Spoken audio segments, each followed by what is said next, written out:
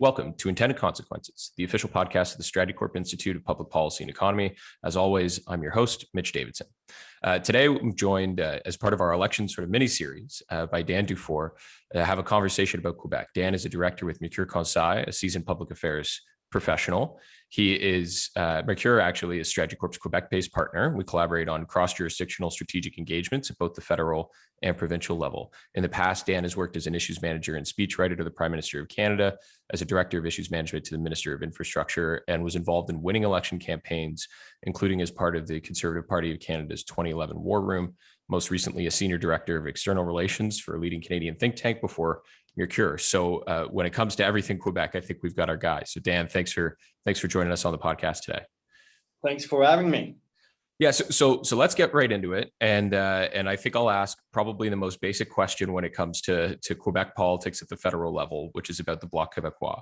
So we'll start there, and then I think we've got a lot of different conversations we can have. But the Bloc has kind of gone through an interesting period in the last few years, right? So in 2015, they finished fourth in Quebec with, I think, 10 seats. In 2011, they had even fewer seats than that. So back-to-back years of poor performances, and then all of a sudden, last election in 2019, we see 32 seats, third-party status, kind of back to where they sort of used to be on a regular basis. Is the Bloc's comeback on the federal scene that we saw last election, is that for real, or is this temporary momentum under leader Yves-François Blanchet? Where are we kind of at with the Bloc? Yeah, well, it's an interesting one. The Bloc has certainly lost a fair bit of its original raison d'être, which was to lay the ground for an independent Quebec. That's not really part of the conversation anymore. One of its founders, Lucien Bouchard, founders of the Bloc, famously declared that the party's success would be determined by how short-lived it can be. We're way past this now. And you'll excuse me if I take a slight detour, but to understand where the Bloc is now, you have to understand the political landscape in Quebec these days. It has changed significantly over the past few years. We've most likely witnessed the end of a political cycle that pitted the Federalist Quebec Liberal Party against the sovereigntist Parti Québécois. François Legault has managed the feat of unifying nationalists and autonomists under the CAQ's banner, and that has had important consequences on the terms of the political debate in Quebec. So the Bloc had to adapt or perish. Their current positioning aims at tapping into the support of both the Parti Québécois and the CAQ, which is purely logical, considering how weakened the former has become. And the Bloc, I think they're in a sweet spot right now. They're not looking at making particularly ambitious gains. They're trying to consolidate. They really need some stability right now, and I think they're in a good place. I think they've had maybe a little bit of a rough start to the campaign, not as fast as they would have liked out of the gate, but they're still in a good position to retain those seats and maybe win a couple more. Yeah, so that original conception around a response to a clear and pressing issue, right, whether or not Quebec should separate from the country, obviously doesn't exist as fervently right now. I mean, I think Blanchet was asked about, because he released the platform and it doesn't mention the word independence, I think, anywhere in it. And the sort of answer he gave, and I'm paraphrasing, was like, you can't force a political movement, right? You can't force a political climate. And I thought it's actually, a pretty good point. Is that still an undercurrent of the party, or do you think as time moves on, if they continue to have success with just a sort of a nationalist pursuit of what Quebec should stand for, that separatist side will fade away and this party becomes just more of a staunch supporter of Quebec's interests, despite that original conception? Right. So, it's really hard to predict whether or not the sovereignty will come back as an issue at some point later down the road. What we do see is that right now there's no interest in that topic, and perhaps perhaps even more so among younger generations. So is this a permanent change? Possibly. I would like it if that was the case, but you never know what can happen, and the Bloc will not be leading the charge. They will be uh, getting their cues from what's going on in Quebec's provincial politics landscape.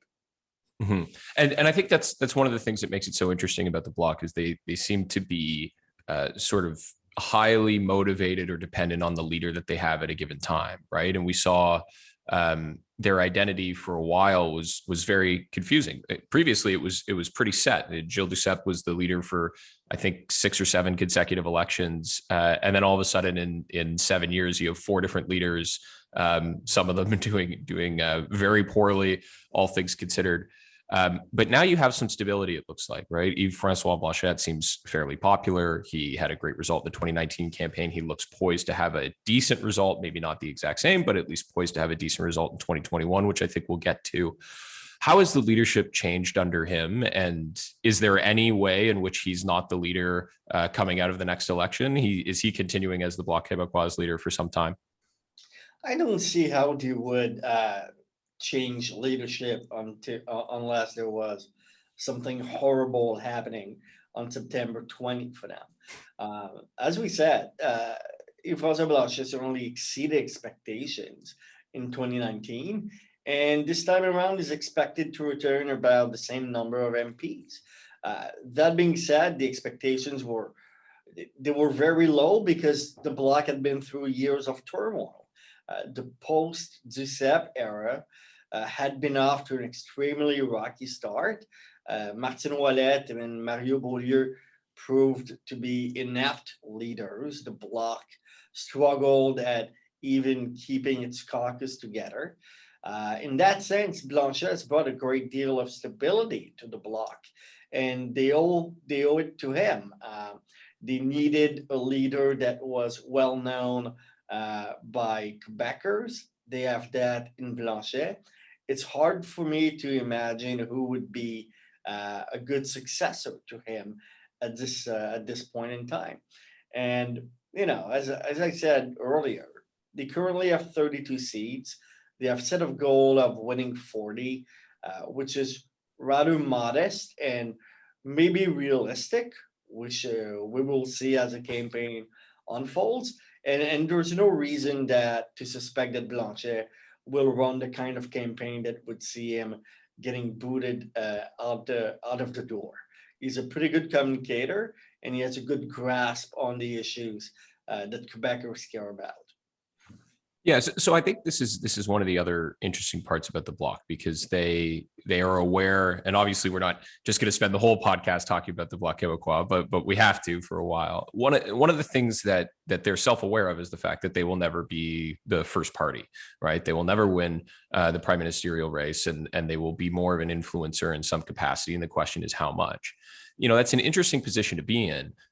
Because analyzing their impact policy wise on the decisions that get made in the country is potentially a little harder to do.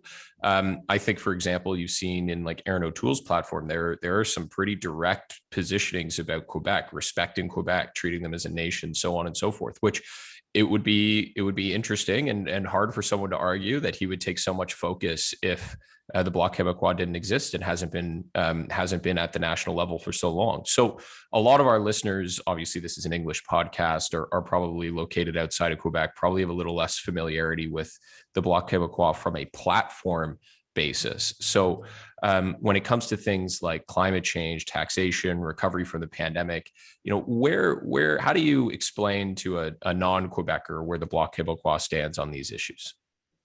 Yeah, so the very short answer about the Bloc's positioning is that typically its platform would easily fit within the broad parameters of a modern center-left political party. At the same time, they are also a voice for some Quebec issues. They're not necessarily left wing. For instance, right now, one of the things they are advocating in favor of is to phase out the Canada recovery benefit. That policy is heavily criticized in Quebec right now because it feeds into the labor shortage crisis that the province is currently facing. We see a lot of closed restaurants these days because they don't have staff, and increasing number of people are blaming the CRB for this, and in turns blaming the federal government. Now, I could not define this phasing it out as a left-wing policy, but that's something that the Bloc is trying to bring into the debate right now. So I would say that, you know, one of the biggest contribution of the Bloc is certainly that they've been forcing other parties to have more nationalist positioning, and that's certainly the case with the Conservatives. And we saw it with the NDP under Jack Layton, but no longer, it would appear.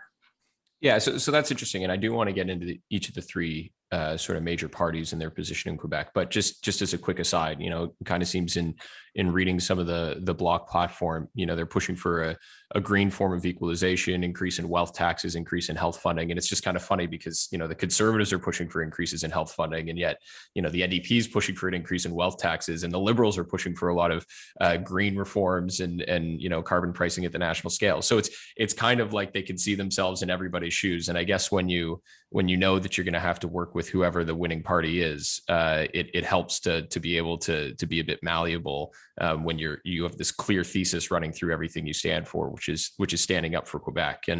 And perhaps as the ultimate aside, I'll just mention a story. I remember back in 2018, I was working for the Ontario Premier, and we went to the Council of the Federation meeting, and there was an interesting question about pharmacare. And Quebec's position had always been asymmetrical federalism. Give us the money and let us decide how to run it. And we actually took the same position. And I think we took the same position. People were surprised. They thought it was Quebec who was pushing this, but it was also Ontario too. And I think it was just because Quebec sort of showed us that you can stand up for yourself a little bit at the provincial level. I don't know how much of that is the Bloc, how much of that is the province, but to me, that would be one of the sort of key takeaways from the Bloc Quebecois' continued persistence at the federal level, is this understanding that each region in the country can stand up for its own interests, perhaps more so than they thought previously.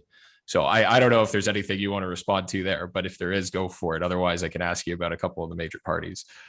Well, that's interesting because, you know, I think we're starting to see it out west also, with the Maverick Party. I mean, they're taking the idea pretty literally there in terms of creating a party. It remains to be seen if they will garner the same kind of success in the long run. But yes, I think the Bloc has had this kind of influence, and you know, we hear it in the commentariat. We see folks saying, why don't we have a party that defends our interests like this? It happens from time to time. Yeah, and I think that is kind of the thesis, if I would put one on what they stand for as a non-Quebecer who hasn't been a part of these conversations. It's clearly something that I've taken away from the Bloc Quebecois' success. So, of course, we've spent the first part of the podcast talking about the Bloc. There's much more to Quebec than just the Bloc. All three major parties are vying for seats in the province. The Liberals held the most seats in Quebec going into the election at, I believe, 35. The Bloc, of course, right behind at 32. The Tories had 10, and the NDP just a single seat. Quebec's a very diverse province, geographically, population-wise. What exactly are Quebecers as a whole? And I know it might be a bit of a generalization, but what are Quebecers looking for in this election, perhaps more so than in other provinces? Right. So it's not that clear right now. Quebecers have not tuned into this election yet at all. I would expect this to happen later this week with the TVA face-à-face debate. That's on Thursday, September the 2nd. I think that's when you will see the starting gun for the campaign in Quebec. Now, what we do know is that Quebec puts premium on the environment, and that's the case with other provinces, but in Quebec particularly, this is a big one. But in terms of policy, I don't think that the uh, uh, Quebecers are really looking forward to any policy announcement. This is not a province that waits on the federal government to take leadership on these issues. Childcare is an example of that. I mean, it has been a topic for debate at the provincial, at the federal level for decades now. But Quebec took care of it on its own decades ago. Quebec also has a pharmacare program that, quite frankly, is preferable to what the Liberals are pushing for. So this is one of the reasons for which federal politics just means a little less in Quebec than it does elsewhere. People in Quebec tune in for provincial politics, federal politics, not that much, and that's one of the reasons for which the policy announcements uh, don't resonate often enough as much in Quebec as much as they do elsewhere. TV broadcasters also know very well not to lead with federal stories if they don't want to lose their audience. So, what Quebecers are perhaps interested in is seeing which politicians on the federal scene share their values. That's why we've seen federal politicians making commitments to protect the French language over the past few months. There was a bidding war on that topic, and they're trying. So politicians are trying to connect on a level that has more to do with shared values than sweeping new policy orientations. Okay, so let's pick up on that a little bit, because if we're going to take the point that the election federally is a bit of a backseat for Quebecers right now, and it might pick up in the next few weeks. At the same time, the Liberals under Justin Trudeau, who is the Quebec riding in Papineau and Montreal, he's obviously fully bilingual and has had success in Quebec in the past, is having a shaky start. Right, he's having a shaky start across the country, but he's also having a shaky start in Quebec, and other parties seem to be sort of nibbling at his heels a bit and taking some gains. At the same time, I don't think there's a particular instance that we can point to where any of the parties have put their foot in their mouths over Quebec issues or Quebec nationalism. So the Liberals seem to have, they kind of needed Quebec as a path to a majority. They seem to be faltering a bit in Quebec, but at the same time, it's early. They don't have any mistakes necessarily that they could point to correct. So how concerning is that for the Liberal Party? Is it more concerning that there isn't a direct reason to point to, or is it less concerning because Quebecers just simply aren't paying attention and there's still time to turn this around for them in the province? Well, it's extremely tricky to make projections about where the election is going based on current polls. As we know, things could shift substantially over the coming weeks, but it somehow looks like the Liberals went from a situation where Quebec would be the path to a majority, whereas right now it seems more like it's to retain power they need to uh, maintain their seat count. Now, again, the good news for the Liberals is that hardly anyone has noticed the rough start in the province. So, and he has a pretty good chance of doing well on the debates in French. You know, he has better French than the other candidates, aside from Blanchet. His French is not perfect, though. I think maybe that's not realized in English Canada, but the way he constructs sentences in French is as if he was translating it literally from English. So he does not have the same ease that Blanchet will have, but good enough to eke out maybe some seat wins in Quebec by the end of this campaign. There will be a lot of close races, three-way races in Quebec. So we'll see. We'll see how those splits go, and having a good ground game will be very important. Mhm.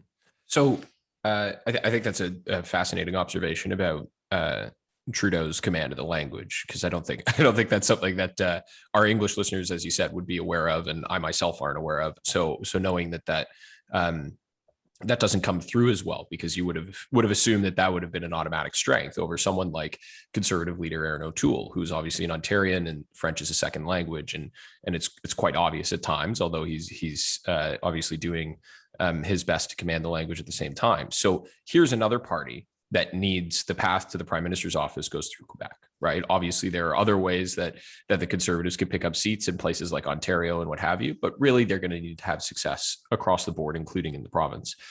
And I've noticed with O'Toole from the very start, he's sort of had a direct and explicit focus on Quebec and Quebec issues. I remember when he was elected leader at 2 a.m. or whatever time it was, he was specifically making references to issues in the Saguenay and directly using examples from Quebec. And for me, I thought that was intentional and wasn't just a coincidence. And then throughout the platform, as you've kind of already mentioned, he promises more control over immigration powers for Quebec. He promises to better fund and reform Radio-Canada at the same time that he's actually proposing to do the opposite to the English version of the CBC. He wants to modernize the Official Languages Act and so on. So here you have a Conservative leader who clearly knows that he needs to gain ground in Quebec and is putting forward ways to try and do that. Is he resonating this early on? Maybe let's just start with that question. Does the path look good for Aaron O'Toole so far in Quebec or not? Well, I guess the first thing is that, Quebecers have yet to tune in, so it's hard to see how they will react. That being said, he seems to have been doing pretty well. The way that he has positioned himself on social issues, the fact that he is not embarrassed to go out and say that climate change is real and that it's caused by humans. Just that, and he just looks more comfortable in his own skin than leaders in the past may have on these issues, and that's certainly very important to Quebec voters. So I would say that the biggest thing that he has done so far is that he has not disqualified himself from being a viable alternative for Quebecers, and that's more than what some of the past leaders have done. So I think there's potential for the Tories to pick up a few seats in the province. That being said, we have to remember that in 2011, when the Conservatives won a majority, it came with only 5 seats from Quebec. Mm-hmm. Now, that was on the heels of a Liberal collapse, but I'm playing devil's advocate. Quebec is not always as important as some people would say. Yeah, it's interesting. I mean, I think I want to pull on a thread you mentioned earlier about that. So you mentioned that Quebecers are kind of looking for the party leaders to connect with their values, right? Less so than any particular policy solution, but more so to just show that they think the same way and they understand the same priorities. A recent poll asking if Quebecers believe the leaders of each party understands them and their issues, so pretty close to what you're suggesting they're looking for, had O'Toole finishing last. He's trying to build that gap up by putting forward specific policy issues that might show that. Is that really a tough thing for a new leader, especially a new leader from Ontario who hasn't been in long, to do, to get Quebecers to understand that he does in fact share the values and the things that they're looking for? Well, what we've seen in Quebec in the past is that opinion can shift very quickly, precisely because they don't care as much about federal politics. So since they don't feel as strongly about it as they feel about provincial politics, you can see a wave emerging much faster in Quebec than elsewhere when it kind of gets underway. So O'Toole, I'm not surprised to see that it would be polling this way at this point in time. Quebecers don't really know who he is. His first real introduction with Quebec voters will be on Thursday with the debate. I know that there were interviews with Radio-Canada and the party leaders last night, but typically speaking, there's not a whole lot of accessible conservative voters that would have been watching this on Radio-Canada. However, they will be there for the TVA debate on Thursday. So that will be his first big opportunity. And definitely his platform in Quebec skews very nationalist. He has this policy plank that's called the contract with Quebecers. It sounds a little more formal than just saying that there are campaign commitments. And I would say that's probably the more nationalist that you've seen the Conservatives go since Prime Minister Mulroney, I would say. It's been well received in the media, but the awareness among Quebecers, I would suspect, remains very low. But he has an opportunity to make these views known, and I think that could resonate with Quebecers. As I said, the environment and social issues such as abortion, the stances that he's taken will be well seen by Quebecers, and then they will be open to the other pitch that he's making policy-wise. And we saw just last week, François Legault, the premier, made what we call here in passe sur la palette to Erin O'Toole, and that would translate into a tape-to-tape pass in hockey language. Essentially, Legault came out with his demands to federal parties, and they matched what the Conservatives are proposing. And not only that, but he took aim at two political parties, saying that they are centralized, centralist parties that would cause more infightings with Quebec, and you name them, the Liberals and the NDP. So he almost just endorsed the Conservatives there. That's something that could also matter in Quebec, considering how popular the party is. The premier is. Having Legault not directly endorsing them, but attempting to legitimize them as an alternative in Quebec may prove consequential. Yeah, I think we could have a whole nother podcast on how premiers are or are not liked in an election campaign. But in this case, one that is liked and could add real value to Erin O'Toole. So the other party we haven't talked about yet, of course, is the NDP, and they really are sort of the wild card in Quebec. They're in a tough spot right now. They only had one seat going into the election, despite previous gains, like you mentioned, under Jack Layton. The Orange Wave, as it's so called, in 2011, where they won, I think, 59 out of 75 seats, something like that. So that result certainly appears to have been an outlier, but quite a remarkable change. So why have the NDP sort of struggled this time around and last time around in Quebec? And frankly, do you think that they're going to be able to buck that trend at all? Yeah, well, I don't think that it's going to change. The party's roots really don't run deep in the province, despite the surprising 2011 orange wave in the province. This time around, the NDP is running a pretty generic campaign in Quebec, touting more money for healthcare and social housing, but they don't seem to have a real Quebec platform, and they're not making the overtures that they were making in the past. We had seen Layton with his Sherbrooke Declaration that was a pitch to nationalists. We're not saying this these days. The realistic ambition is to save Alexandre Boulris' seat in Rosemont, and I don't think there's much else that they want to accomplish, if we're being brutally honest. The 2011 breakthrough was caused by the personal popularity of Jack Layton, who had managed to connect with Quebecers during the campaign. And what we saw later on is that even Tom Mulcair, a very popular Quebec politician, lost most of the Quebec seats that they had in 2015. So I think that tells us all we need to know about how deep the party's roots run in the province.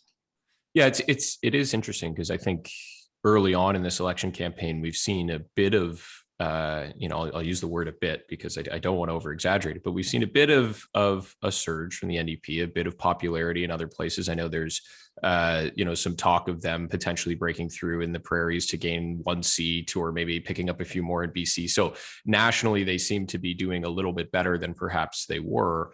And in Quebec, that doesn't necessarily seem to be translating. And I think, part of that might be they're relying on that liberal collapse that you mentioned last time is kind of how they pick up the scraps a little bit. And in Quebec, it doesn't appear that we're quite at that moment. So I do want to change gears a little bit as we get to the last question of the podcast. You've been very generous with your time, but one thing we haven't done yet is go down to the sort of riding by riding level and like get actually into it. We've talked at such a high level about the parties and how they're doing or where they're doing well in the province. So you mentioned earlier the Bloc has targeted 40 seats up from its current 32. The Liberals certainly need to continue to have success in Quebec if they want to hold on to the Prime Minister's office.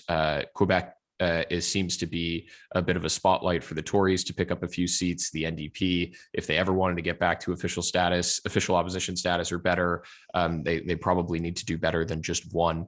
So we've seen some new candidates. I know Ruth Ellen Rousseau came back in, and there's been some races. So I'm just kind of curious, as someone who has a very good view of Quebec politics on the ground, which races and which ridings sort of interest you the most come election night, and where should our listeners and viewers who might not know that much about Quebec on a riding by riding basis really pay attention for seeing where the winds are going to blow?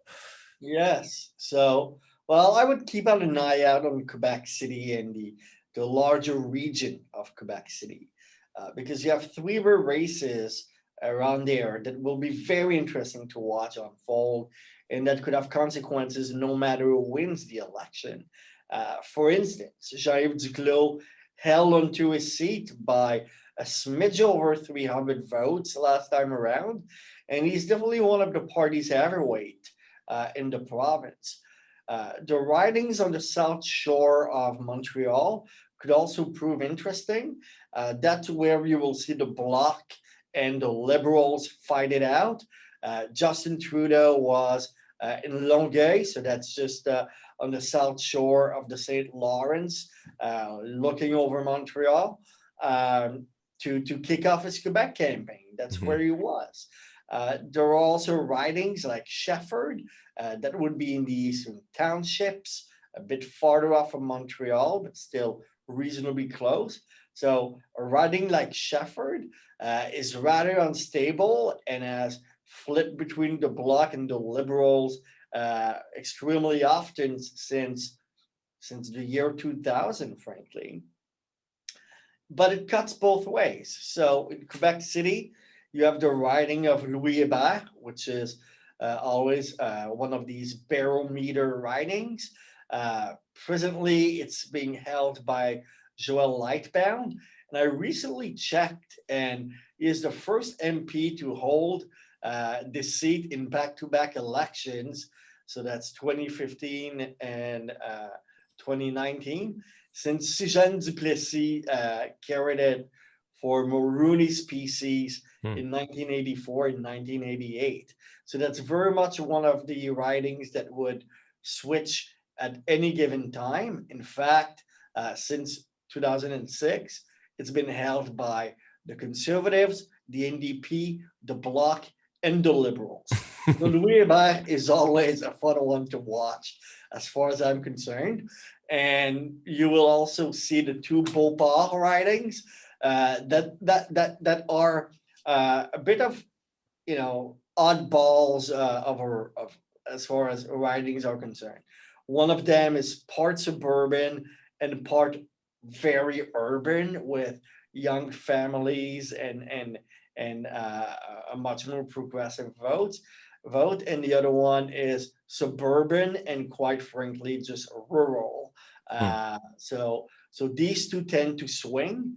And the same would apply a little bit to Trois-Rivières. And this is where you will see three-way races emerging between the Liberals, the Bloc, and the Conservatives. So we can expect many close fights in Quebec on the day of the election. Things will start shaping up a little bit more later this week with the TVA debate. And I'm looking forward to seeing how the voters react to the options that they're being presented with. Well, you gave us sort of 6 or 7 close ridings to watch there. And I think, the one thing that may be interesting is how close they are on election night, knowing that these ballots are going to be mail in and we've got some COVID issues with counting and all those sorts of things. So, we could be looking at some of those ridings well into the night, perhaps into the next morning. It'll be interesting. And I think an important takeaway of what you mentioned there is it's not just which ridings get returned as for the national election results, but who physically gets returned to Parliament as a result, because you can have some rookie MPs that are looking to make waves, or you can have previous ministers, like you mentioned, that are in trouble. So there's lots to watch in Quebec as there is nationally, but I think we've taken more than enough of your time. Appreciate it, Dan. So thanks for coming on the podcast, and make sure to come back sometime in the future to analyze the results of what actually did go down in Quebec. Yes. Well, thank you very much. Have a nice day. All right. Appreciate the time.